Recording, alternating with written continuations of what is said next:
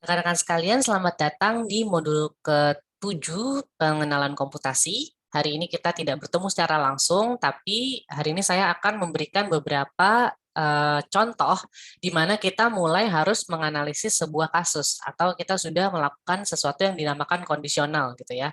Kita biasa menyebut itu sebagai if kondisional gitu ya. Jadi karena kita biasa kalau misalnya ada kondisi kita pakai kata pilihannya adalah if. If begini then apalah kira-kira kayak gitu. Jadi saya akan memberi pengantar dulu sebelum nanti akhirnya Anda akan mengerjakan tugas-tugas yang diberikan gitu ya. Jadi langsung ke analisis kasus. Oke, saya akan share screen dulu. Ya, jadi tujuan dari perkuliahan kita pada hari ini adalah kalian harus mampu menjelaskan pengertian dan jenis-jenis analisis kasus. Lalu yang kedua, kalian harus bisa menggunakan notasinya dengan benar. Jadi pertama itu di dalam flowchart gitu ya. Lalu kalian bisa nulis setidaknya pseudocode-nya, baru akhirnya kalian bergerak ke codingnya kira-kira seperti apa, terutama di Python. Dan kalian diharapkan dapat memanfaatkan jenis-jenis analisis kasus dalam menyelesaikan persoalan sederhana yang diberikan. Jadi nanti di akhir akan saya berikan soal yang rekan-rekan sekalian bisa kerjakan bersama-sama dengan teman kelompoknya nanti. Tentunya kelompoknya akan diputar lagi ya. Nah, jadi contoh pertama kita akan memilih mangga gitu ya. Jadi sebenarnya saya nggak suka mangga, saya nggak tahu kenapa harus mangga, tapi ya sudahlah. Oke, jadi kita contoh kasus yang mudah dulu ya.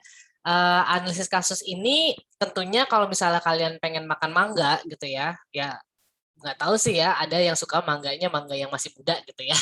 Cuman kalau di kasus ini kita pengen nyari mangga yang matang. Dan ciri-ciri mangga matang di sini ya, menurut datanya adalah mangga yang sudah matang dan siap dimakan adalah mangga yang berwarna kuning. Oke, jadi kalau misalnya selain berwarna kuning, dia itu tidak matang. Mau di warna hijau, mau di warna pink, biru, segala macam, jangan dimakan. Intinya kan kayak gitu. Jadi dari sini kalian sudah bisa membaca bahwa if kuning dan dia matang gitu kan, else dia tidak matang. Nah, kita gerak ke flowchart dulu ya. Jadi kalau misalnya kita mau lihat flowchart, kita bisa lihat nih, oh, aku mau milih mangga, kita mulai dulu ya. Mulai.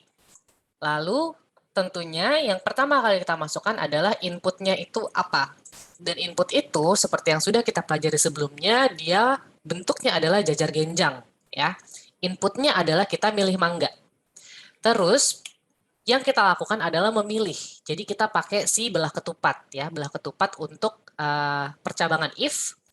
Kalau dia kuning benar, artinya dia matang outputnya. Tapi kalau misalnya dia tidak matang gitu ya, kalau dia tidak kuning, sorry, artinya dia tidak matang. Dan akhirnya kita programnya selesai. Jadi sebenarnya sehari-hari kita sudah memiliki logika seperti ini gitu ya. Kalau misalnya mungkin untuk buah-buahan lain juga misalnya gitu kan ya. Kalau misalnya berry gitu kan.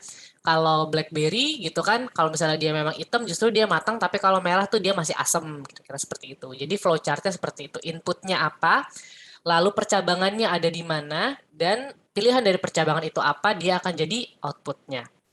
Lalu kita akan bergerak ke yang namanya pseudocode. Pseudocode ini pertama tentunya kita perintahkan dulu. Kita perintahnya adalah kita mau milih mangga. Jika mangganya kuning, jadi pertanyaannya apakah kuning? Kalau dia true ya, jika memang dia kuning, maka matang. Else, lagi-lagi, kalau misalnya dia itu hanya di dalam kurung ya, seperti ini, kurungnya kurung kurawal ya, beda ya. Jadi kurung kurawal sama yang ini adalah fungsi dari si if. Tapi kalau cuma kurung kurawal, itu artinya dia kalau di pseudocode itu dia hanya komentar ya. Saya tulis komen ya. Jadi else artinya dia itu nggak kuning pokoknya kan, maka dia tidak matang gitu. Karena ini pseudocode nggak apa-apa, nggak pakai underscore juga, cuman biasain aja ya. Jadi saya jarang banget apa yang ngasih sesuatu yang nggak pakai underscore-nya atau gimana kayak gitu lah ya. Jadi ini pseudocode untuk milih mangga. Selanjutnya kita akan menyiapkan kentang untuk makan malam lagi. Jadi kembali ke kasus kentang yang sebelumnya. Tapi menurut pengamatan kamu ternyata ada hari-hari di mana ibu tuh pakai celemek ternyata ketika ngupas kentang. Tapi ada hari-hari lain yang tidak. Setelah diamati ternyata ibu tuh kalau misalnya lagi pakai baju cerah, dia pakai celemek. karena dia takut bajunya kotor, gitulah ya, standar. Kalau misalnya warnanya gelap bajunya, jika tidak gitu ya, else, maka ibu tidak memakai celemek.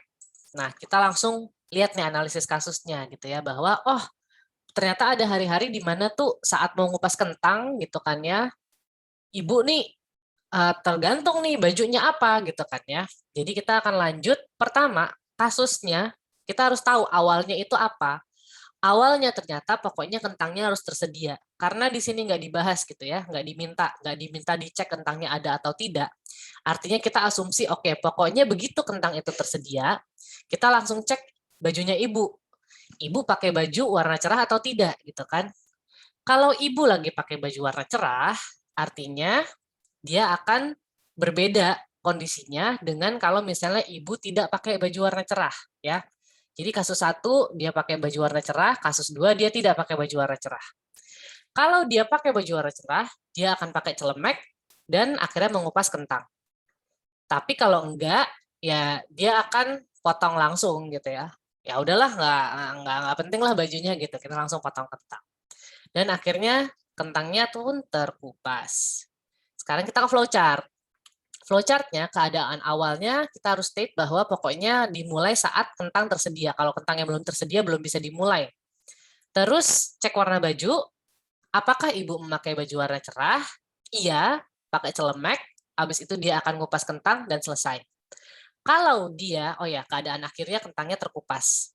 Kalau ibu ternyata tidak pakai baju warna cerah, dia langsung potong ke kupas kentang. Ya, dia nggak perlu pakai celemek. Lalu terakhir tentunya kita ke pseudocode ya. Pseudocode-nya gimana? Yang pertama adalah yang dilakukan adalah cek warna baju. Jika bajunya warna cerah, iya gitu ya, atau true, maka pakai celemek. Tapi else gitu ya, kalau nggak pakai baju warna cerah gitu kan ya kupas kentang langsung gitu. Jadi sebenarnya satu kondisi pun di sini kamu bisa lihat sebenarnya kondisi cuma satu. If pakai baju warna cerah, pakai celemek. Jadi kalau misalnya enggak ya, kalau ini tidak terjadi tetap aja langsung dari cek warna baju dia akan motong ke kupas kentang. Else di sini lagi-lagi karena dia di dalam kurung kurawal ini hanyalah sebuah komentar gitu ya. Jadi balik lagi ke kita ke ke flowchart-nya. Lagi-lagi dia itu kalau misalnya bajunya warnanya tidak cerah, dia itu langsung ke sini dan akhirnya selesai.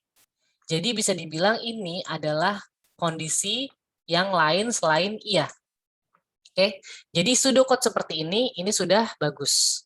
Tapi kalau misalnya kalian bilang gitu ya, misalnya else itu langsung else pun gitu ya, kamu langsung ke kupas kentang itu juga nggak apa-apa. Gitu. Sepertinya itu saja dari saya. Kita akan bertemu lagi di segmen selanjutnya.